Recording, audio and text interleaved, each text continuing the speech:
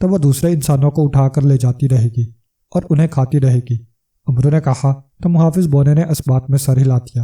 آئندہ فضول سوالات کرنے کی کوشش نہیں کروں گا، محافظ بونے نے کہا، اور پھر وہ ایک طرف بڑھتا چلا گیا اور دیکھتے ہی دیکھتے عمرو کی نظروں سے وہ اوجھل ہو گیا۔ اس کی زبان بہت زیادہ چلنے لگ گئی ہے، عمرو نے بڑبڑاتے ہوئے کہا، اور پھر وہ ایک درخت کے سائے میں بیٹھ کر محافظ بونے کی واپسی کا انتظار کرنے لگا۔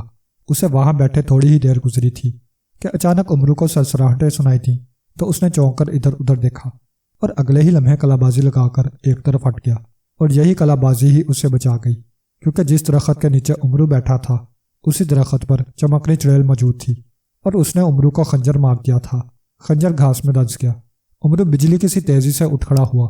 اسی لمحے چمکنی چڑیل نے چھلانگ لگائی اور خنجر زمین سے نکال کر عمرو کی طرف بڑھی ہی تھی کہ عمرو نے لیٹے لیٹے ہی زمین سے آئینہ داؤدی نکال کر اس کا رخ چمکنی چڑیل کی طرف کیا ہی تھا کہ چمکنی چڑیل وہاں سے غائب ہو گئی اور سرخ روشنی ایک درخت پر پڑی۔ عمرو پھٹی پھٹی نظروں سے ادھر ادھر دیکھنے لگا، لیکن چمکنی چڑیل ایک بار پھر غائب ہو چکی تھی۔ او خدایا، میں ایک بار پھر بال بال بچا ہوں، عمرو نے خوف بھرے لہجے میں کہا۔ اس نے آئینہ داؤدی زمین میں رکھنے کی بجائے ہاتھ میں پکڑے رکھا تاکہ چمکنی چڑیل دوبارہ وہاں آ جائے تو وہ اپنا دفاع کر سکے۔ آئینہ داؤدی کی یہ خاصیت تھی کہ اس سے نکلنے والی سرخ روشنی چڑیلوں کو ایک لمحے سے بھی کم عرصے میں جلا کر بھسم کر دیتی تھی۔ حالانکہ اس نے چمکنی چڑیل کو ہلاک کرنے کی بے حد کوشش کی تھی، لیکن چمکنی چڑیل بہت پھرتیلی تھی، اس لیے وہ پلک جھپکنے سے پہلے ہی غائب ہو گئی تھی۔ کمبخت چڑیلوں کی نانی میرے پیچھے ہی پڑ گئی ہے، لگتا ہے مجھے کھائے بغیر یہاں سے نہیں جائے گی، عمرو نے بڑبڑاتے ہوئے کہا، اور پھر وہ ادھر ادھر چمکنی چڑیل کو تلاش کرنے لگا۔ وہ ہر درخت کے قریب پہنچ کر اور سر اٹھا کر اوپر دیکھتا اور آگے بڑھ جاتا۔ کافی درختوں پر دیکھنے کے بعد جب چمکنی چڑیل دکھائی نہ دی تو عمرو سمجھ گیا کہ وہ وہاں سے فرار ہو گئی ہے۔ وہ پلٹا ہی تھا کہ محافظ بونا وہاں آ گیا۔ کیا ہوا آقا، آپ آئینہ داؤدی لے کر کسے تلاش کر رہے ہیں؟ محافظ بونے نے حیرت بھرے لہجے میں پوچھا۔ میں ایک درخت کے نیچے بیٹھا تھا کہ چمکنی چڑیل وہاں آ گئی تھی۔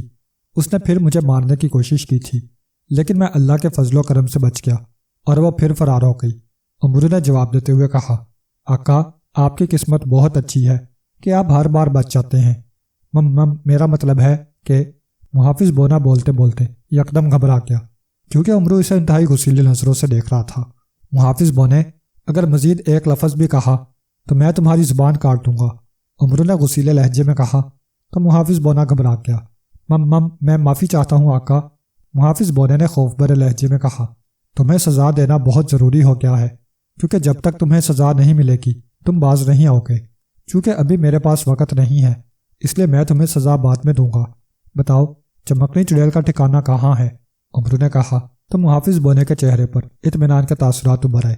وہ خوش ہو گیا تھا کہ عمرو نے اسے سزا ابھی نہیں دی تھی، بعد میں وہ اسے سزا دینا بھول جائے گا۔ آقا، چمکنی چڑیل کالے محل میں رہتی ہے اور کالا محل کالے جنگل میں ہے، محافظ بونے نے جواب دیا۔ ٹھیک ہے، تم ارد گرد ایک چکر لگاؤ، میرا خیال ہے کہ چمکنی چڑیل یہیں کہیں موجود ہے۔ اگر وہ یہیں موجود ہے تو میں اسے یہیں ہلاک کر دیتا ہوں، عمرو نے کہا۔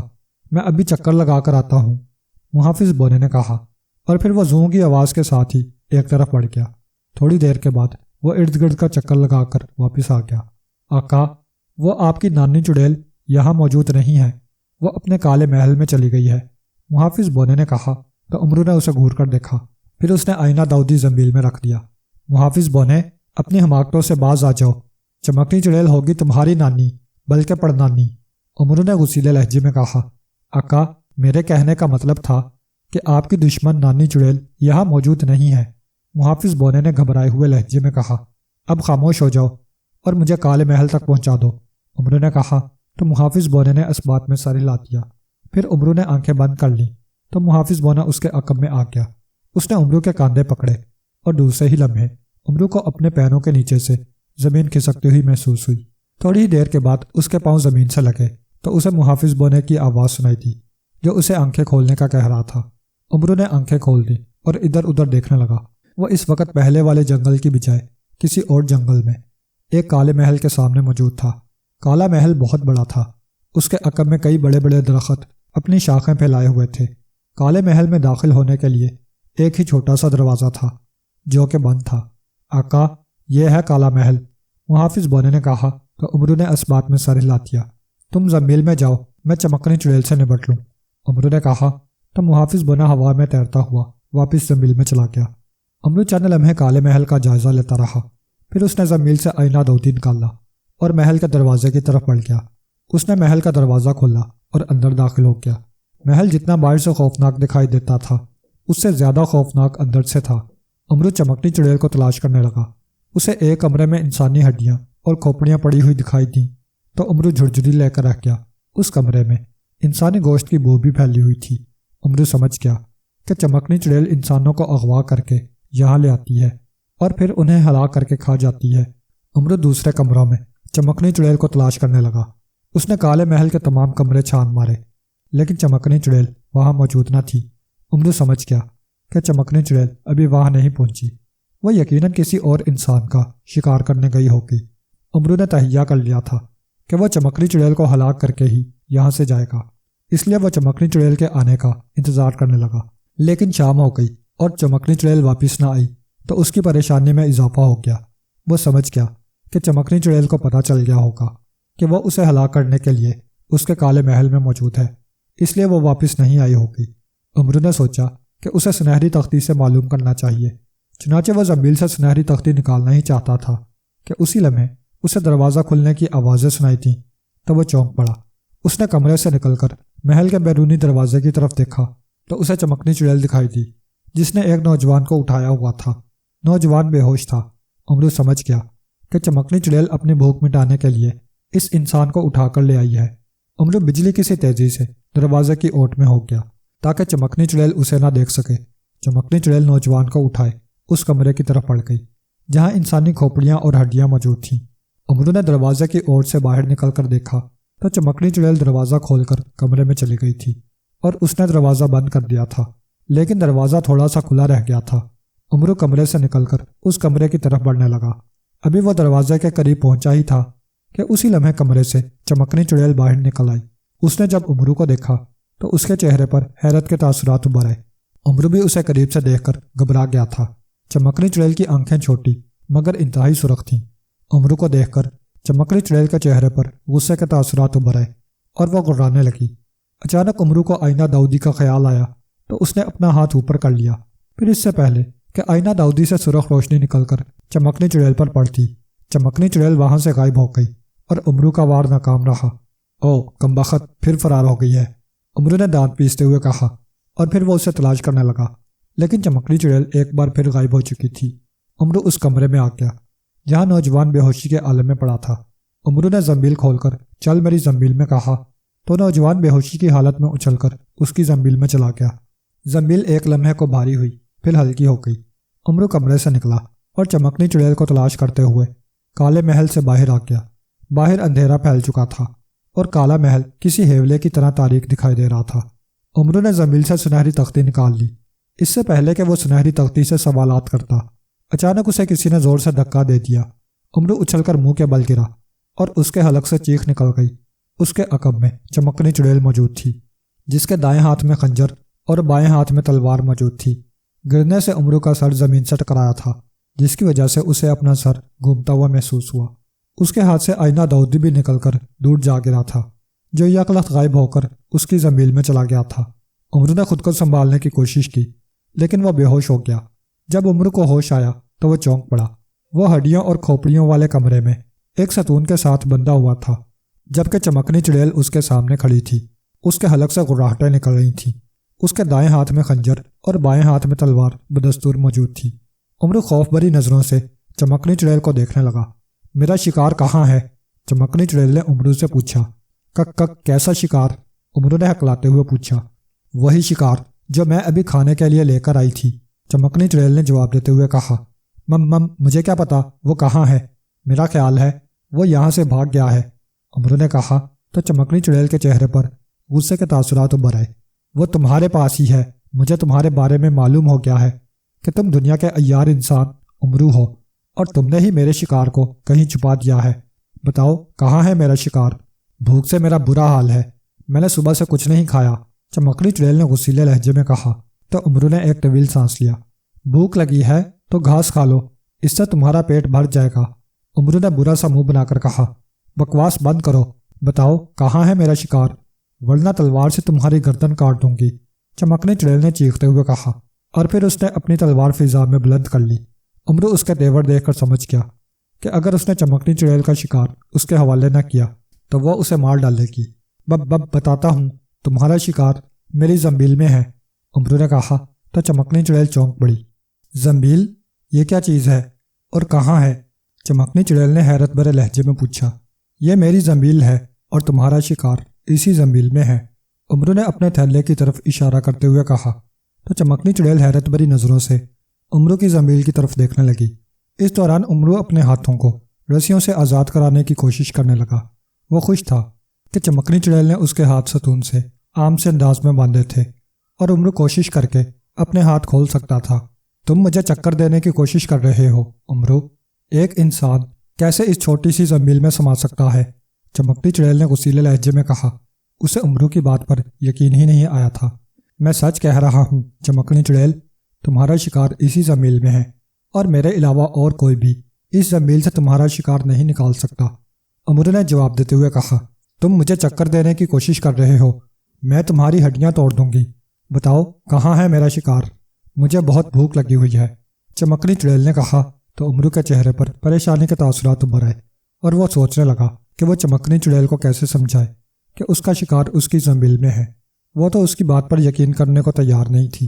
کہاں ہے میرا شکار؟ اس بار چمکنی چڑیل نے چیختے ہوئے کہا تو امرو ڈر گیا۔ اس کی نظریں چمکنی چڑیل پر جمی ہوئی تھیں اور وہ اپنا دایاں ہاتھ رسی سے آزاد کرانے میں کامیاب ہو گیا تھا۔ چمکنی چڑیل چند لمحے اس کی طرف دیکھتی رہی، پھر وہ تلوار بلند کیے اس کی طرف بڑھی۔ کوئی بات نہیں، میں دوسرا انسان اغوا کر کے یہاں لے آؤں گی، لیکن پہلے میں تمہیں کھاؤں گی کیونکہ اب بھوک میری برداشت سے باہر ہو گئی ہے، چمکنی چڑیل نے کہا۔ پھر اس سے پہلے کہ چمکنی چڑیل تلوار امرو کی گردن پر مارتی، امرو نے بجلی کسی تیزی سے زنبیل سے آئینہ داؤدی نکال لیا۔ چمکنی چڑیل چھٹک کر رک گئی اور جب اس کی نظر آئینہ داؤدی پر پڑی تو وہ خوفزدہ ہو گئی۔ دوسرے ہی لمحے ایک جھماکہ ہوا اور وہ وہاں سے غائب ہو گئی۔ او کمبخت، پھر فرار ہو گئی ہے، اب میں اسے کہاں تلاش کروں؟ امرو نے جھنجھلائے ہوئے لہجے میں کہا۔ اچانک اسے ایک زوردار جھٹکا لگا اور وہ اچھل کر فرش پر جا گرا۔ اچانک فرش پر گرنے سے اس کے ہاتھ سے آئینہ داؤدی نکل کر دور جا گرا تھا اور پھر غائب ہو کر اس کی زنبیل میں چلا گیا تھا۔ امرو نے سیدھے ہو کر دیکھا تو پیچھے چمکنی چڑیل موجود تھی اور اسی نے ہی امرو کو دھکا دیا تھا۔ اس نے تلوار بائیں ہاتھ میں پکڑی ہوئی تھی جبکہ اس کا خنجر اس کے لباس کی جیب میں تھا۔ امرو تیزی سے اٹھنے لگا تو چمکنی چڑیل نے آگے بڑھ کر اسے گردن سے پکڑ کر اٹھا لیا۔ اس کے نوکیلے ناخن امرو کی گردن پر لگے تو امرو کے حلق سے گھٹی گھٹی چیخ نکل گئی۔ اس نے اپنی گردن چھڑانے کی کوشش کی لیکن وہ کامیاب نہ ہو سکا۔ میرا شکار میرے حوالے کرتے ہو یا نہیں، بتاؤ، ورنہ میں تمہیں گردن دبا کر موت کے گھاٹ اتار دوں گی، چمکنی چڑیل نے غصیلے لہجے میں کہا۔ مم امرو کو اپنی آواز اپنے حلق میں پھنسی ہوئی محسوس ہوئی، اس لیے وہ بول نہ سکا۔ اسے اپنا سانس رکتا ہوا محسوس ہو رہا تھا اور اس کی آنکھوں کے سامنے اندھیرا پھیلنا جا رہا تھا۔ دوسرے ہی لمحے چمکنی چڑیل نے امرو کو فرش پر پٹک دیا تو امرو کے حلق سے دردناک چیخ نکل گئی۔ فرش پر گرنے سے اس کے سر سے پگڑی بھی اتر کر لڑکتی ہوئی کمرے کے کونے میں جا گری تھی۔ امرو نے لیٹے ہی لیٹے اپنا دایاں ہاتھ اپنی گردن پر رکھ لیا اور لمبے لمبے سانس لینے لگا۔ نکالو میرا شکار ورنہ میں تمہیں کھا جاؤں گی، بھوک مجھے پاگل کرتی جا رہی ہے، چمکنی چڑیل نے کہا تو امرو نے خوف بھری نظروں سے اسے دیکھا۔ چمکنی چڑیل اس سے چند قدم کے فاصلے پر کھڑی تھی۔ نکالو میرا شکار، چمکنی چڑیل نے ایک بار پھر چیختے ہوئے کہا تو امرو بوکھلا گیا۔ وہ اٹھنے ہی لگا تھا کہ چمکنی چڑیل نے اس کے پیٹ میں ٹھوکر مار دی۔ امرو اچھل کر دوبارہ فرش پر گرا اور اس کے حلق سے دردناک چیخ نکل گئی۔ وہ اٹھنے ہی لگا تھا کہ چمکنی چڑیل نے ایک اور ٹھوکر مار دی اور امرو پھر اچھل کر گر گیا۔ ایسے لگتا تھا جیسے چمکنی چڑیل پاگل ہو گئی ہو اور امرو کی شامت آ گئی ہو۔ چمکنی چڑیل نے امرو کو ٹھوکروں پر رکھ لیا اور اسے مسلسل ٹھوکریں مارتی رہی اور امرو کی حالت خراب ہوتی جا رہی تھی۔ جب تک تم میرا شکار مجھے نہیں دو گے میں تمہیں مارتی رہوں گی، چمکنی چڑیل نے چیختے ہوئے کہا۔ امرو کو یہ خطرہ بھی تھا کہ کہیں چمکنی چڑیل تلوار سے اس کی گردن ہی نہ اڑا دے، کیونکہ وہ بھوک کی وجہ سے پاگل ہو گئی تھی۔ امرو سے کہنا چاہتا تھا کہ وہ روکے گی تو وہ اس کا شکار زمین سے نکال سکتا ہے، لیکن چمکنی چڑیل روک ہی نہ رہی تھی۔ نکالو میرا شکار ورنہ میں تمہارا وہ حشر کر دوں گی کہ تم مرنے کے بعد بھی میرا نام سن کر کانپو گے، چمکنی چڑیل نے چیخ کر کہا، اور ساتھ ہی اس نے امرو کو ایک اور ٹھوکر ماری تو امرو فٹ بال کی مانند اچھل کر دور جا گرا اور تکلیف کی شدت سے کراہنے لگا۔ کمبخت، رکو گی تو میں تمہارا شکار زنبیل میں سے نکال لوں گا۔ امرو نے ہکلاتے ہوئے جواب دیا تو چمکنی چڑیل رک گئی۔ نہیں، تم پھر اپنی زنبیل سے آئینہ نکال لو گے جس سے میں ہلاک ہو سکتی ہوں، اس لیے میں خود ہی تمہاری زنبیل سے اپنا شکار نکال لوں گی، چمکنی چڑیل نے کہا، اور پھر اس نے امرو سے اس کی زنبیل چھین لی۔ امرو کو ڈر لگ گیا کہ چمکنی چڑیل اس کی زنبیل لے کر کہیں غائب نہ ہو جائے۔ وہ اٹھنے ہی لگا تھا کہ لڑکھڑا کر فرش پر گر گیا۔ ٹھوکریں کھا کھا کر وہ نڈال ہو گیا تھا۔ چمکنی چڑیل نے امرو کی زنبیل کھولی اور اس میں دیکھنے لگی، لیکن اسے زنبیل میں کچھ بھی دکھائی نہ دیا۔ چمکنی چڑیل کے چہرے پر حیرت کے تاثرات ابھر آئے۔ یہ تو خالی ہے، چمکنی چڑیل نے غصیلی نظروں سے امرو کو دیکھتے ہوئے کہا۔ یہ خالی نہیں ہے، تمہارا شکار اسی میں ہے، یہ مجھے دو، میں خود ہی تمہارا شکار نکال کر تمہیں دے سکتا ہوں۔ امرو نے جواب دیتے ہوئے کہا، تم بکواس کر رہے ہو، تم مجھے دھوکہ دینے کی کوشش کر رہے ہو، میں تمہارا خون پی جاؤں گی، چمکنی چڑیل نے غصیلے لہجے میں کہا۔ پھر اس نے غصے سے امرو کی زنبیل کو دونوں طرف سے پکڑا اور اسے پھاڑنے لگی، لیکن باوجود کوشش کے وہ زنبیل کو نہ پھاڑ سکی۔ چمکنی چڑیل، یہ کیا کر رہی ہو، رک جاؤ، امرو نے کہا، مگر چمکنی چڑیل مسلسل اس کی زنبیل پر زور آزمائی کر رہی تھی۔ امرو کو خدشہ لاحق ہو گیا کہ اگر اس کی زنبیل پھٹ گئی تو پھر وہ کسی کام کی نہ رہے گی۔ امرو نے ہمت کا مظاہرہ کرتے ہوئے کھڑے ہو کر چمکنی چڑیل کو دھکا دے دیا۔ چمکنی چڑیل، جو امرو کی زنبیل کو پھاڑنے کی کوشش کر رہی تھی، امرو کے دھکا دینے کی وجہ سے اپنا توازن برقرار نہ رکھ سکی اور لڑکھڑا کر فرش پر گر گئی۔ فرش پر گرنے کی وجہ سے اس کے ہاتھ سے اس کی تلوار نکل کر دور جا گری۔ چمکنی چڑیل سنبھلنے ہی لگی تھی کہ امرو نے لپک کر اس سے اپنی زنبیل جھپٹ لی۔ اسی لمحے چمکنی چڑیل غراتی ہوئی اچھل کر کھڑی ہوئی اور اس نے اپنے لباس سے خنجر نکال کر امرو پر حملہ کر دیا۔ اس سے پہلے کہ چمکنی چڑیل امرو کو خنجر مارتی، امرو نے بجلی کی سی تیزی سے زنبیل سے جالے الیاسی نکال کر چمکنی چڑیل پر پھینک دیا۔ جالے الیاسی چمکنی چڑیل پر گرا اور وہ اس میں قید ہو گئی۔ خود کو جال میں قید دیکھ کر چمکنی چڑیل بوکھلا گئی اور اس نے خنجر سے جالے الیاسی کاٹنے کی کوشش کی، لیکن جالے الیاسی کی ایک رسی تک نہ کٹی۔ امرو نے پگڑی اٹھا کر اپنے سر پر رکھی اور چمکنی چڑیل کی طرف مڑا ہی تھا کہ چمکنی چڑیل نے اس پر پوری قوت سے خنجر مار دیا۔ یہ امرو کی خوش قسمتی تھی کہ خنجر اس کی پگڑی سے چھوتا ہوا دور جا گرا تھا۔ امرو اس کے سامنے آ کر کھڑا ہو گیا اور غصیلی نظروں سے اسے دیکھنے لگا۔ کمبخت چڑیلوں کی نانی، تم نے مجھے بہت مارا ہے، اب میں تمہاری بھی ویسی ہی پٹائی کروں گا جس طرح تم نے میری کی ہے، امرو نے دانت پیستے ہوئے کہا، اور پھر اس نے چمکنی چڑیل کو ٹھوکریں مارنی شروع کر دیں۔ چمکنی چڑیل چونکہ جالے الیاسی میں قید تھی، اس لیے باوجود کوشش کے وہ اس سے نہ نکل سکی۔ وہ خود کو امرو کی ٹھوکروں سے بچانے کی کوشش کر رہی تھی، لیکن امرو پر جیسے جنون طاری ہو گیا تھا۔ امرو نے چمکنی چڑیل کی اتنی پٹائی کی کہ وہ نڈال ہو کر فرش پر گر گئی۔ مم مجھے معاف کر دو، چمکنی چڑیل نے ہکلاتے ہوئے کہا۔ جب تم مجھے مار رہی تھی اور میں تمہاری منتیں کر رہا تھا تو کیا تم نے مجھے چھوڑا تھا، امرو نے غصیلے لہجے میں کہا، اور اس نے ایک اور ٹھوکر اس کی پسلیوں میں مار دی۔ چمکنی چڑیل کے حلق سے دردناک چیخ نکلی اور وہ فرش پر لوٹ پوٹ ہونے لگی۔ جتنا چیخ سکتی ہو چیخ لو، کیونکہ اب تمہارے مرنے کا وقت آ گیا ہے چمکنی چڑیل، امرو نے ایک اور ٹھوکر اسے مارتے ہوئے کہا۔ پھر اس نے زنبیل سے تلوار حیدری نکال لی۔ تلوار دیکھ کر چمکنی چڑیل تھر تھر کانپنے لگی۔ امرو، مجھے مت مارنا، میں ابھی مرنا نہیں چاہتی، مجھے معاف کر دو، چمکنی چڑیل نے خوف بھرے لہجے میں کہا۔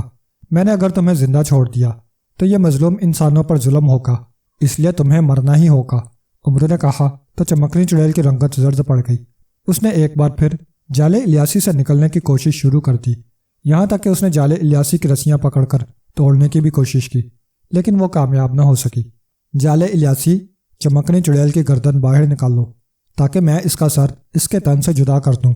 امرو نے جالے الیاسی کو حکم دیا تو جالے الیاسی نے اس کی گردن جال سے باہر نکال دی۔ خوف سے چمکنی چڑیل کی آنکھیں باہر کو بل آئی تھیں۔ مرنے کے لیے تیار ہو جاؤ، امرو نے کہا، اور پھر اس نے پوری قوت سے تلوار حیدری چمکنی چڑیل کی گردن پر مار دی۔ دوسرے ہی لمحے کھچ کی آواز کے ساتھ ہی چمکنی چڑیل کی گردن کٹ کر دور جا گری اور اس کا دھڑ زمین پر گرا اور بری طرح سے تڑپنے لگا۔ اس کی کٹی ہوئی گردن سے خون ابل ابل کر باہر نکل رہا تھا۔ چند لمحے تڑپنے کے بعد جب چمکنی چڑیل مر گئی تو امرو نے اس کی لاش جالے الیاسی سے علیحدہ کی اور جالے الیاسی زنبیل میں ڈالنے کے بعد وہ کالے محل سے باہر نکل آیا۔ ٹھوکریں کھانے کی وجہ سے اس کے جسم کا جوڑ جوڑ دکھ رہا تھا، مگر وہ خوش تھا کہ اس نے چڑیلوں کی آدم خور نانی کو موت کے گھاٹ اتار دیا تھا۔ اگر وہ اسے ہلاک نہ کرتا تو وہ نہ جانے کتنے انسانوں کو اٹھا کر اپنے کالے محل میں لے جاتی اور انہیں کھاتی رہتی۔ عمرو نے زمیل سے سنہری گھوڑا نکالا اور اس پر سوار ہو کر اپنے ملک بصرہ کی طرف بڑھ گیا۔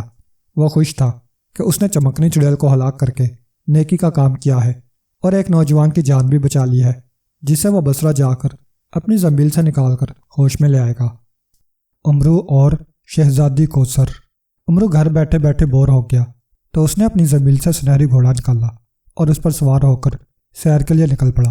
سنہری گھوڑا بہت خوبصورت تھا، اس کے پرندوں کی طرح بڑے بڑے دو پر تھے، اس لیے وہ دوڑنے کے ساتھ ساتھ فضا میں اڑتا بھی تھا۔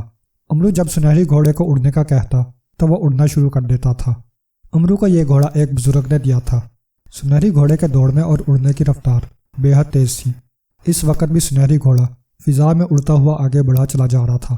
سنہری گھوڑا کافی بلندی پر اڑا تھا، اس لیے عمرو نے بائیں ہاتھ میں باغ اور دائیں ہاتھ سے اس کی گردن مضبوطی سے پکڑی ہوئی تھی۔ عمرو نہیں جانتا تھا کہ سنہری گھوڑا کس طرف جا رہا ہے، وہ تو جنگلوں اور پہاڑوں کا نظارہ کرنے میں مگن تھا۔ عمرو سنہری گھوڑے پر بیٹھا بیٹھا تھک گیا تو اس نے سوچا کہ اسے تھوڑی دیر آرام کر لینا چاہیے، پھر وہ واپس اپنے گھر کی طرف روانہ ہو جائے گا۔ چنانچہ اس نے سنہری گھوڑے کو نیچے زمین پر اترنے کا حکم دیا تو سنہری گھوڑے نے اڑنے کی رفتار کم کی اور پھر وہ زمین کی طرف بڑھنے لگا۔ تھوڑی دیر کے بعد سنہری گھوڑا زمین پر اتر گیا تو عمرو نے زنبیل کھول کر چل میری زنبیل میں کہا تو سنہری گھوڑا اچھل کر اس کی زنبیل میں چلا گیا۔ زنبیل ایک لمحے کے لیے بھاری ہوئی پھر ہلکی ہو گئی۔ عمرو ایک درخت کے سائے میں لیٹ کر آرام کرنے لگا۔ ٹھنڈی ٹھنڈی ہوا چل رہی تھی، اس لیے عمرو کو لیٹتے ہی نیند آ گئی اور چند لمحوں بعد وہ سو گیا۔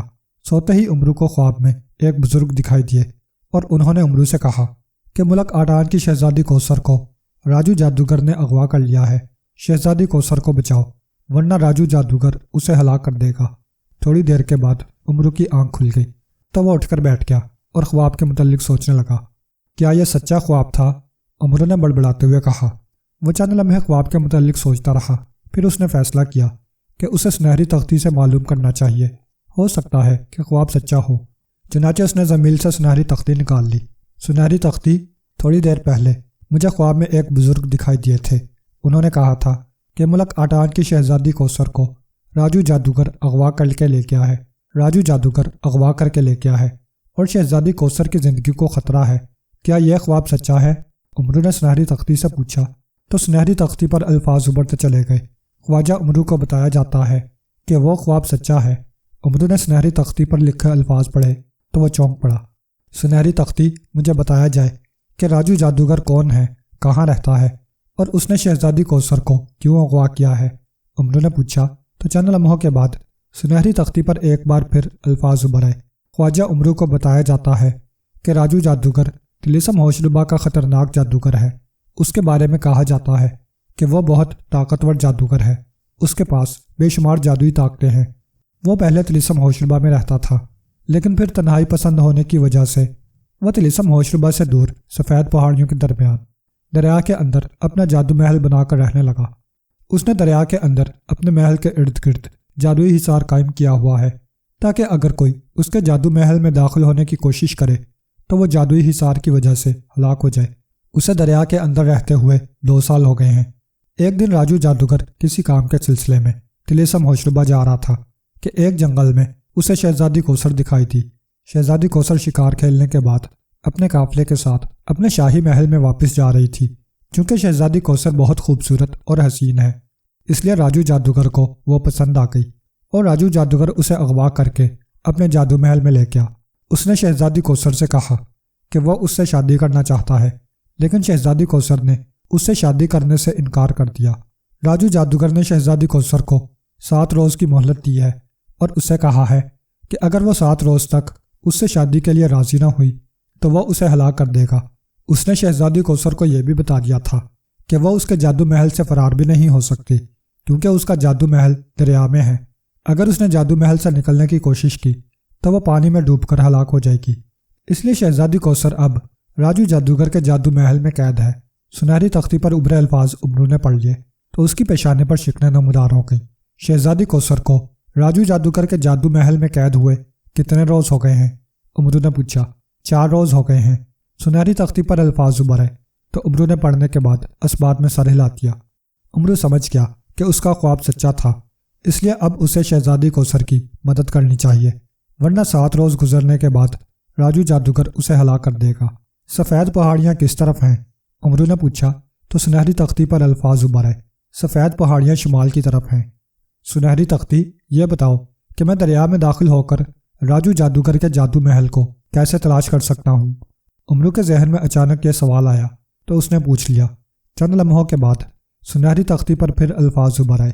خواجہ امرو کو بتایا جاتا ہے کہ راجو جادوگر کا جادو محل تلاش کرنے سے پہلے اسے جادو محل میں داخل ہونے کے لیے کچھ کرنا ہوگا۔ اگر امرو نے ویسے ہی راجو جادوگر کے جادو محل میں داخل ہونے کی کوشش کی تو وہ جادوئی حصار کی وجہ سے ہلاک ہو جائے گا۔ اسے راجو جادوگر کے جادو محل میں داخل ہونے کے لیے سرخ شیر کا دانت حاصل کرنا ہوگا۔ امرو نے سنہری تختی پر ابھرے الفاظ پڑھے تو اس کے چہرے پر حیرت کے تاثرات ابھر آئے۔ سرخ شیر، یہ کہاں موجود ہے؟ امرو نے پوچھا تو سنہری تختی پر الفاظ ابھر آئے۔ سرخ شیر سرخ پہاڑیوں میں رہتا ہے۔ سرخ شیر انتہائی طاقتور اور خونخوار ہے۔ امرو نے زنبیل کی کسی کراماتی چیز کی مدد کے بغیر سرخ شیر کو ہلاک کرنا ہے۔ اگر امرو نے زنبیل کی کسی کراماتی چیز کا استعمال کیا تو وہ سرخ شیر کے ہاتھوں مارا جائے گا، اس لیے اسے اپنی عقل کا استعمال کر کے ہی سرخ شیر کو ہلاک کرنا ہوگا۔ اگر امرو نے اسے ہلاک کر دیا تو پھر سرخ شیر کے سامنے والا ایک دانت توڑ کر وہ اپنے پاس رکھ لے۔ پھر جب وہ دریا میں اترے گا تو خود بخود راجو جادوگر کے جادو محل میں پہنچ جائے گا۔ تختی پر یہ تحریر پڑھ کر امرو خوفزدہ ہو گیا، کیونکہ وہ تو عیاریوں اور کراماتی چیزوں سے کام لینے والا آدمی تھا۔ زنبیل کی کسی کراماتی چیز کے بغیر شیر تو کیا، وہ کسی بلی کے بچے سے بھی لڑنے کے قابل نہ تھا۔ اچھا، میں راجو جادوگر کو ہلاک کرنے کے بعد دریا سے کیسے نکلوں گا؟ امرو نے پوچھا۔ تم سرخ شیر کا دانت اپنے پاس ہی رکھنا۔ تم جیسے ہی راجو جادوگر کے جادو محل سے نکلو گے تو جس طرح تم راجو جادوگر کے جادو محل میں پہنچو گے اسی طرح واپس کنارے پر پہنچ جاؤ گے۔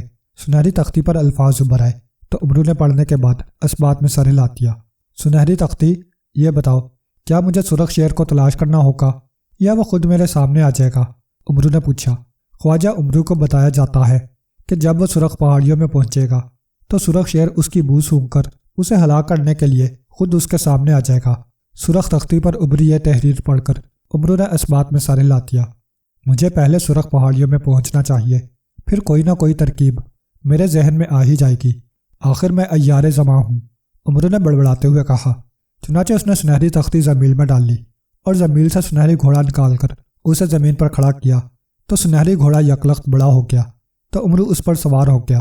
سنہری گھوڑے، مجھے جلد سے جلد سرخ پہاڑیوں میں پہنچا دو، امرو نے سنہری گھوڑے سے مخاطب ہو کر کہا تو سنہری گھوڑے نے اسبات میں سر ہلا دیا۔ پھر اس نے اپنے دونوں پر پھڑ پھڑائے اور فضا میں بلند ہو کر شمال کی طرف بڑھنے لگا۔ وہ اتنی تیز رفتاری سے اڑتا ہوا آگے بڑھا چلا جا رہا تھا کہ امرو کی آنکھیں بے اختیار بند ہو گئیں۔ امرو نے ایک ہاتھ سے اس کی گردن جبکہ دوسرے ہاتھ سے باگ پکڑی ہوئی تھی۔ تھوڑی دیر کے بعد جب سنہری گھوڑے کے اڑنے کی رفتار کم ہوئی تو امرو نے آنکھیں کھول دیں۔ اب وہ ایک پہاڑی علاقے میں موجود تھا جہاں ہر طرف سرخ رنگ کی پہاڑیاں دکھائی دے رہی تھیں۔ امرو سمجھ گیا کہ یہی سرخ پہاڑیاں ہیں جہاں اسے سرخ شیر کو ہلاک کر کے اس کا دانت حاصل کرنا ہے۔ چنانچہ امرو نے سنہری گھوڑے کو زمین پر اترنے کا حکم دیا تو سنہری گھوڑا اسے لیے زمین پر اتر گیا۔ امرو اچھل کر نیچے اترا اور اس نے سنہری گھوڑے کو زمین میں ڈالا اور ادھر ادھر دیکھنے لگا۔ اچانک اسے دور سے ایک شیر کے گڑرانے کی آواز سنائی دی تو وہ چونک کر ادھر دیکھنے لگا۔ وہ سمجھ گیا تھا کہ یہ گڑرانے کی آواز اسی سرخ شیر کی ہے۔ آواز سے یہی ظاہر ہوتا تھا کہ سرخ شیر اسی طرف ہی آ رہا ہے جدھر امرو موجود تھا۔ اس نے یقیناً امرو کی بو سونگھ لی تھی۔ امرو جلدی سے ایک چٹان کی اوٹ میں چھپ گیا۔ چند لمحوں کے بعد اس نے اوٹ سے شیر کو دیکھا تو اس کے چہرے پر پریشانی اور گھبراہٹ کے تاثرات ابھر آئے۔ سرخ شیر انتہائی خوفناک، جسیم اور طاقتور تھا اور وہ دوڑتا ہوا اسی طرف آ رہا تھا جدھر امرو چٹان کے عقب میں چھپا ہوا تھا۔ سرخ شیر کو چٹان کی طرف آتا دیکھ کر امرو خوفزدہ ہو گیا۔ او، سرخ شیر تو میری طرف ہی آ رہا ہے، امرو نے پریشانی کے عالم میں کہا اور سوچنے لگا کہ اب وہ کیا کرے۔ سنہری تختی نے اسے بتا دیا تھا کہ اگر اس نے زنبیل کی کوئی بھی کراماتی چیز استعمال کرنے کی کوشش کی تو نہ صرف وہ کراماتی چیز اس کا ساتھ نہیں دے گی بلکہ وہ سرخ شیر کے ہاتھوں مارا بھی جائے گا۔ اب میں کیا کروں اور کیسے خود کو سرخ شیر سے بچاؤں؟ امرو نے ایک بار پھر بڑبڑاتے ہوئے کہا۔ سرخ شیر چٹان کے قریب پہنچ چکا تھا اور امرو جانتا تھا کہ اگر اس نے خود کو بچانے کے لیے کچھ نہ کیا تو پھر اسے سرخ شیر کے ہاتھوں ہلاک ہونے سے کوئی نہیں بچا سکے گا۔ سرخ شیر جیسے ہی چٹان کے قریب پہنچا تو امرو اٹھا اور تیزی سے چٹان کے اوپر چڑھ گیا۔ سرخ شیر نے اسے چٹان پر چڑھتے دیکھ لیا تھا، اس لیے اس نے لمبی جس لگائی اور امرو کی طرف آیا، مگر امرو بجلی کی سی تیزی سے نیچے ہو گیا اور سرخ شیر اس کے سر کے اوپر سے ہوتا ہوا دوسری طرف جا گرا اور اس کے حلق سے گراہٹ نکل گئی۔ زمین پر گرتے ہی وہ اچھل کر کھڑا ہو گیا اور اس نے ایک بار پھر امرو پر چھلانگ لگا دی۔ اس بار بھی امرو بجلی کی سی تیزی سے چٹان پر بیٹھ گیا اور سرخ شیر اس کے اوپر سے ہوتا ہوا زمین پر جا گرا۔ اس بار سرخ شیر کا پنجہ امرو کی پگڑی پر پڑا تھا۔ اس کی پگڑی اس کے سر سے اتر کر زمین پر گر گئی تھی اور اس کا انڈے جیسا گول سر دکھائی دینے لگا۔ سرخ شیر اچھل کر کھڑا ہوا اور خونخوار نظروں سے امرو کو گھورنے لگا۔ ارے سرخ شیر، میری پگڑی کیوں اتار دی ہے؟ امرو نے غصیلے لہجے میں سرخ شیر سے مخاطب ہو کر کہا تو جواب میں سرخ شیر خوفناک انداز میں کڑرایا اور دوسرے ہی لمحے اس نے چھلانگ لگا کر امرو پر حملہ کر دیا۔ امرو کو توقع نہیں تھی کہ سرخ شیر اس قدر تیزی سے اس پر حملہ کر دے گا، اس لیے وہ خود کو بچا نہ سکا اور سرخ شیر کی ٹکر سے چٹان سے نیچے گر گیا۔ جبکہ سرخ شیر چٹان پر گر گیا، امرو کے حلق سے چیخ نکل گئی، لیکن وہ بجلی کی سی تیزی سے اٹھ کر کھڑا ہو گیا اور اس نے ایک اور چٹان کی طرف دوڑ لگا دی۔ سرخ شیر اسے بھاگتے دیکھ کر گھبرایا اور اس نے وہیں سے اس پر چھلانگ لگا دی۔ اس دوران امرو دوسری چٹان کے قریب پہنچ گیا تھا۔ وہاں چھوٹے بڑے کئی پتھر پڑے تھے۔ امرو نے پتھر اٹھائے اور سرخ شیر کو مارنے لگا۔ سرخ شیر نے پتھروں سے بچنے کی کوشش کی، لیکن امرو اسے مسلسل پتھر مار رہا تھا۔ ایک پتھر سرخ شیر کی آنکھ میں لگا تو اس کی آنکھ زخمی ہو گئی اور اس کے حلق سے تیز گراہٹیں نکلنے لگیں۔ امرو مسلسل پتھر مارے جا رہا تھا، اس لیے ایک اور پتھر سرخ شیر کی دوسری آنکھ میں لگا تو اس کی وہ آنکھ بھی زخمی ہو گئی اور وہ اندھا ہو کر ادھر ادھر دوڑنے لگا۔ اسے کچھ نظر نہ آ رہا تھا، اس کے حلق سے خوفناک گراہٹیں نکل رہی تھیں۔ امرو نے اس بار ایک بڑا اور نوکیلا پتھر اٹھایا اور ہاتھ گھما کر پوری قوت سے سرخ شیر کے سر پر دے مارا۔ نوکیلا پتھر سرخ شیر کے سر پر اس طرح لگا کہ اس کے سر پر گہرا زخم آ گیا۔ سرخ شیر کے حلق سے خوفناک گراہٹ نکلی اور وہ وہیں گر کر بری طرح تڑپنے لگا۔ امرو نے بڑے بڑے پتھر اٹھا کر سرخ شیر کو مارنے شروع کر دیے اور پھر تھوڑی دیر کے بعد وہ سرخ شیر کو ہلاک کرنے میں کامیاب ہو گیا۔ سرخ شیر کے مرتے ہی امرو خوشی سے ناچنے لگا۔ اسے توقع نہیں تھی کہ وہ اتنی آسانی سے سرخ شیر کو ہلاک کرنے میں کامیاب ہو جائے گا۔ پھر امرو نے ایک بڑا سا پتھر اٹھایا اور مردہ سرخ شیر کے دانتوں پر مار کر اس کا سامنے والا ایک دانت توڑا اور اسے زمین میں رکھنے کی بجائے اپنے لباس کی جیب میں رکھ لیا۔ امرو نے زمین سے سنہری گھوڑا نکال کر اسے زمین پر کھڑا کیا تو وہ یکلخت بڑا ہو گیا۔ پھر امرو نے زمین سے تلوار حیدری نکال کر ہاتھ میں پکڑ لی اور پھر سنہری گھوڑے پر سوار ہو کر اسے سفید پہاڑیوں کی طرف بڑھنے کا حکم دیا تو سنہری گھوڑا فضا میں بلند ہوا اور سفید پہاڑیوں کی طرف بڑھنے لگا۔ تھوڑی دیر کے بعد وہ سفید پہاڑیوں میں پہنچ گیا تو اسے دور سے ہی ایک لڑکی دکھائی دی جو دریا میں موجود ایک چٹان پر کھڑی تھی۔ اس لڑکیوں نے شہزادیوں والا لباس پہنا ہوا تھا، اس کے سر پر اور گلے میں ہار تھے۔ امرو حیرت بھری نظروں سے اس لڑکی کو دیکھنے لگا۔ چونکہ لڑکی کا چہرہ دوسری طرف تھا اس لیے امرو اس کی شکل نہ دیکھ سکا۔ او، میرا خیال ہے یہ لڑکی شہزادی کوثر ہے، لیکن شہزادی کوثر یہاں کیا کر رہی ہے؟ وہ تو راجو جادوگر کے جادو محل میں قید ہے، امرو نے بڑبڑاتے ہوئے کہا۔ امرو شہزادی کوثر کے عقب میں موجود جھاڑیوں کے اوپر پہنچا ہی تھا کہ اچانک سنہری گھوڑا ڈگمگانے لگا۔ امرو نے اسے سنبھالنے کی کوشش کی، لیکن سنہری گھوڑا مسلسل ڈگمگاتا ہوا جھاڑیوں کی طرف بڑھا چلا جا رہا تھا۔ ارے سنہری گھوڑے، کیا ہو گیا ہے تمہیں؟ کیا مجھے گرانے کا ارادہ ہے؟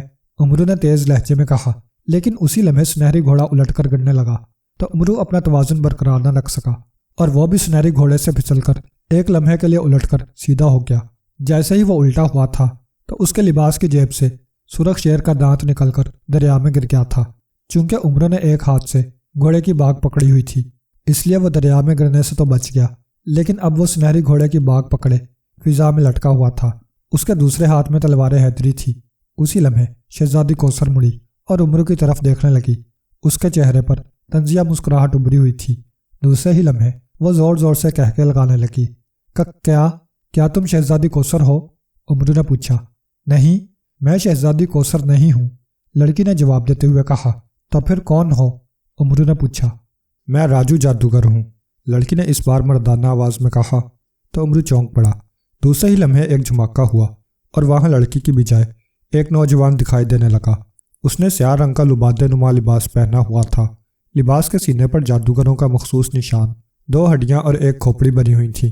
اس کے سر کے بال خاصے بڑے ہوئے تھے، اس کی مونچھیں بھی بڑی بڑی اور گھنی تھیں، جبکہ اس کی آنکھیں سرخ تھیں۔ راجو جادوگر، تم راجو جادوگر ہو؟ امرو نے کہا۔ ہاں امرو، مجھے تمہارے بارے میں معلوم ہو گیا ہے کہ تم میری قید سے شہزادی کوثر کو آزاد کرانے آئے ہو، اور تم نے سرخ پہاڑیوں کے سرخ شیر کو ہلاک کر کے اس کا دانت توڑ لیا تھا تاکہ تم دریا میں آسانی سے تیرتے ہوئے میرے جادو محل تک پہنچ سکو۔ راجو جادوگر نے طنزیہ لہجے میں کہا۔ اگر تمہیں معلوم ہو گیا ہے تو پھر تمہاری خیریت اسی میں ہے کہ تم شہزادی کوثر کو آزاد کر کے خود واپس طلسم ہوشربا میں چلے جاؤ، ورنہ تم میرے ہاتھوں مارے جاؤ گے، امرو نے غصیلے لہجے میں کہا۔ تو راجو جادوگر نے ایک زوردار کہکا لگایا۔ امرو، میں نہ شہزادی کوثر کو آزاد کروں گا اور نہ ہی واپس طلسم ہوشربا جاؤں گا، البتہ تمہیں موت کی وادی میں ضرور پہنچا دوں گا، لیکن میں چاہتا ہوں کہ مرنے سے پہلے تم یہ سن لو کہ سرخ شیر کا دانت تمہارے لباس کی جیب میں موجود نہیں ہے۔ میں نے ہی جادو سے تمہیں تمہارے گھوڑے سے گرا کر الٹا کیا تھا تاکہ تمہاری جیب میں موجود سرخ شیر کا دانت دریا میں گر جائے۔ راجو جادوگر نے کہا تو امرو چونک پڑا، کیونکہ اسے معلوم ہی نہ ہو سکا تھا کہ کب سرخ شیر کا دانت اس کے لباس کی جیب سے نکل کر دریا میں گر گیا تھا۔ امرو، میں تمہیں دریا میں پھینک رہا ہوں، دریا کے خوفناک مگرمچھ تمہیں کھا کر بے حد خوش ہوں گے، راجو جادوگر نے مسکراتے ہوئے کہا۔ پھر اس نے اپنا دایاں ہاتھ امرو کے ہاتھ میں پکڑی باغ کی طرف کر کے جھٹکا تو اس کے ہاتھ کی ایک انگلی سے سرخ شعاعیں نکل کر باغ پر پڑیں۔ اس سے پہلے کہ امرو سنبھل پاتا، باغ ٹوٹ گئی اور امرو شڑاب کی آواز کے ساتھ دریا میں گر گیا۔ دریا میں گرتے ہی وہ نیچے تہہ میں اترتا چلا گیا۔ امرو جانتا تھا کہ اگر اس نے فوراً اپنے منہ میں سنہری گولی نہ ڈالی تو وہ دریا میں ڈوب کر مر جائے گا، اس لیے اس نے تیزی سے اپنی زنبیل میں ہاتھ ڈالا اور سنہری گولی نکال کر اپنے منہ میں ڈال لی۔ جیسے ہی اس نے سنہری گولی اپنے منہ میں ڈال لی تو وہ دریا کی گہرائی میں جانے کی بجائے اوپر کی طرف اٹھنے لگا۔ سنہری گولی منہ میں رکھنے کی وجہ سے دریا کا پانی امرو کے منہ، ناک اور کان میں نہیں جا سکتا تھا، اس لیے امرو مطمئن تھا۔ اچانک امرو کو ایک مگرمچھ دکھائی دیا جو تیز رفتاری سے تیرتا ہوا اس کی طرف بڑا چلا آ رہا تھا۔ مگرمچھ کو دیکھ کر امرو کے چہرے پر خوف کے تاثرات ابھر آئے۔ مگرمچھ بہت بڑا اور خوفناک تھا۔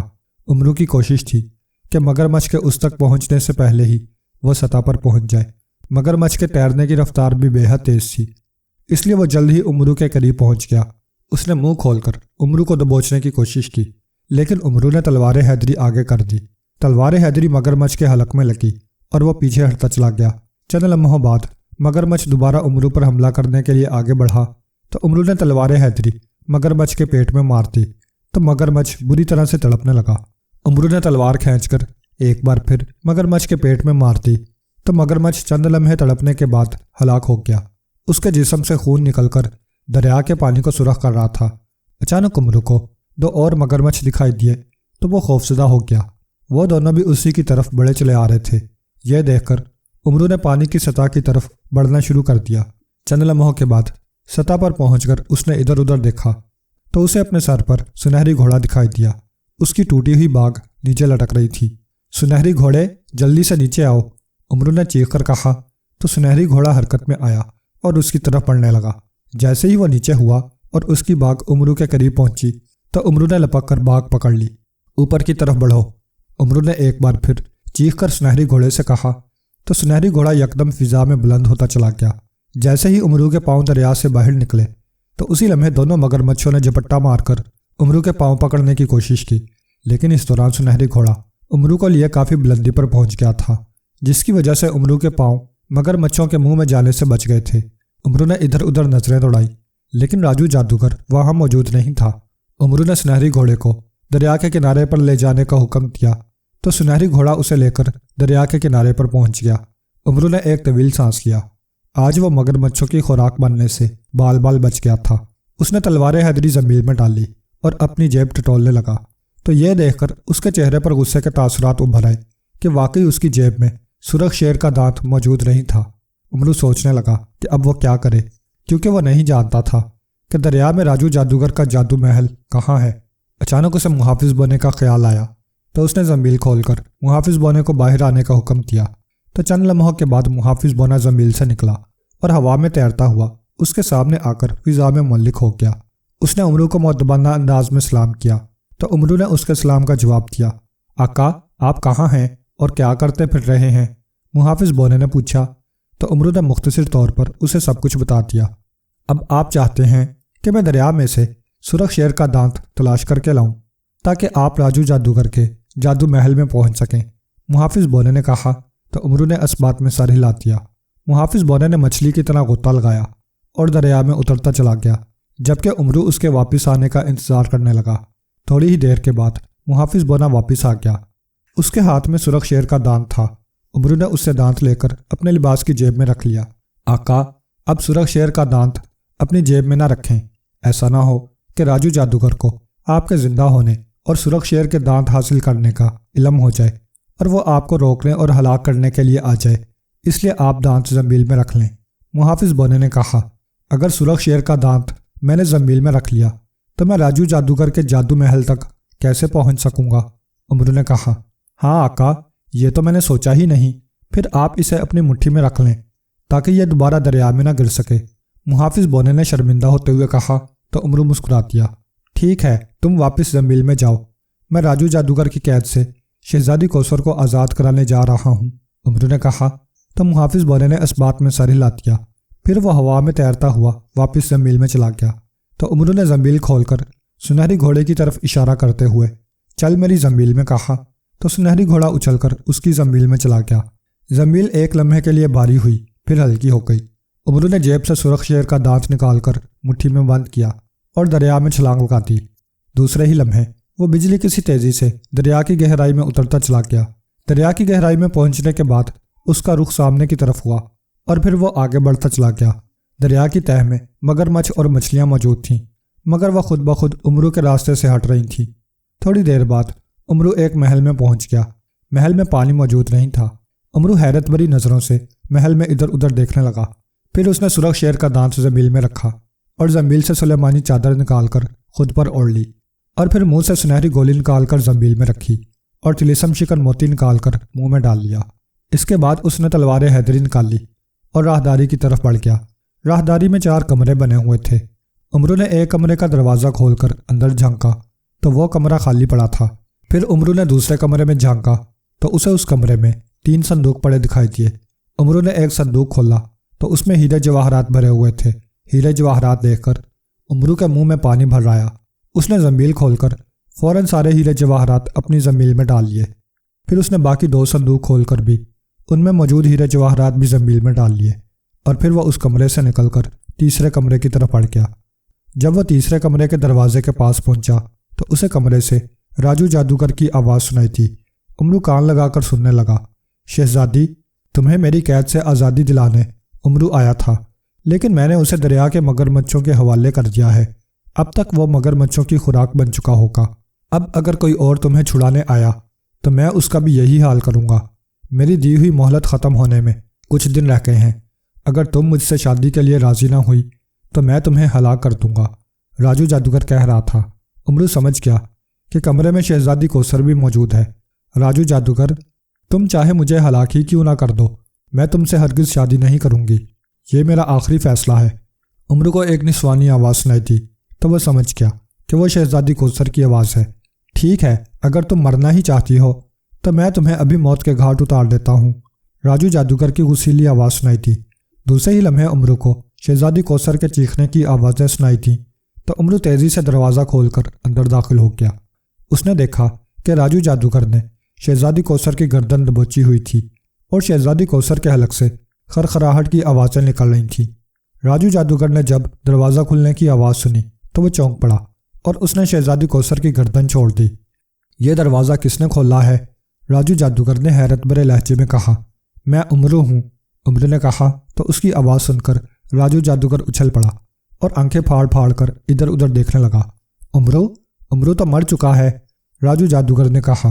میں مرا نہیں، زندہ ہوں، عمرو نے کہا، اور پھر اس نے سلیمانی چادر اتاری تو وہ ظاہر ہو گیا۔ عمرو کو دیکھ کر راجو جادوگر حیران رہ گیا، جبکہ شہزادی کوثر اسے دیکھ کر خوش ہو گئی تھی۔ تم کیسے زندہ بچ گئے ہو؟ کیسے؟ راجو جادوگر نے ششدر لہجے میں کہا۔ تمہیں یہ بتانا ضروری نہیں ہے، اور اب تم مرنے کے لیے تیار ہو جاؤ، عمرو نے کہا۔ اس نے سلیمانی چادر واپس زمین میں رکھ لی تھی۔ تم مجھے مارو گے؟ میں ابھی تمہیں جلا کر بھسم کرتا ہوں، راجو جادوگر نے غصیلے لہجے میں کہا۔ پھر اس نے منتر پڑھنا شروع کر دیا۔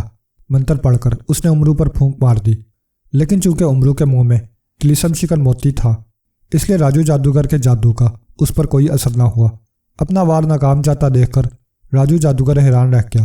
اس نے ایک اور منتر پڑھ کر امرو پر پھونک ماری، لیکن اس بار بھی وہ ناکام رہا۔ اب میری باری ہے، امرو نے طنزیہ لہجے میں کہا۔ پھر اس سے پہلے کہ راجو جادوگر کچھ سمجھ پاتا، امرو نے آگے بڑھ کر تلوار حیدری اس کی گردن پر مار دی۔ کھچ کی آواز کے ساتھ ہی راجو جادوگر کی گردن کٹ کر دور جا گری اور اس کا دھڑ فرش پر گرا اور بری طرح سے تڑپنے لگا۔ چند لمحے تڑپنے کے بعد وہ ساکت پڑ گیا۔ شہزادی کوثر حیرت بھری نظروں سے راجو جادوگر کی لاش کی طرف دیکھ رہی تھی۔ امرو نے پہلے تلوار حیدری زنبیل میں ڈال لی، پھر اس نے چل میری زنبیل میں کہا تو شہزادی کوثر اچھل کر زنبیل میں چلی گئی۔ امرو نے زنبیل سے سرخ شیر کا دانت نکال کر مٹھی میں دبایا اور پھر کمرے سے نکل کر جیسے ہی وہ محل کے دروازے سے نکلا تو دوسرے ہی لمحے وہ بجلی کی سی تیزی سے اسی طرف پڑنے لگا جدھر سے وہ آیا تھا۔ تھوڑی ہی دیر کے بعد وہ دریا کے کنارے پر پہنچ گیا۔ امرو نے دریا سے باہر نکل کر سنہری گھوڑا نکالا اور اس پر سوار ہو کر ملک آٹان کی طرف بڑھ گیا۔ جلد ہی وہ آٹان کے شاہی محل کے باہر پہنچ گیا۔ اس نے شہزادی کوثر کو زنبیل سے نکالا اور اسے ساتھ لے کر محل میں داخل ہو گیا۔ شاہ آٹان اور ملکہ عالیہ اپنی بیٹی کی وجہ سے بے حد پریشان تھے۔ جب امرو اور شہزادی کوثر محل میں داخل ہوئے تو وہ اپنی بیٹی کو زندہ سلامت دیکھ کر بے حد خوش ہوئے۔ شاہ آٹان نے امرو کو بہت سارا خزانہ انعام میں دیا۔ خزانہ ملنے پر امرو بے حد خوش ہوا۔ پھر وہ اپنے ملک بصرہ روانہ ہو گیا۔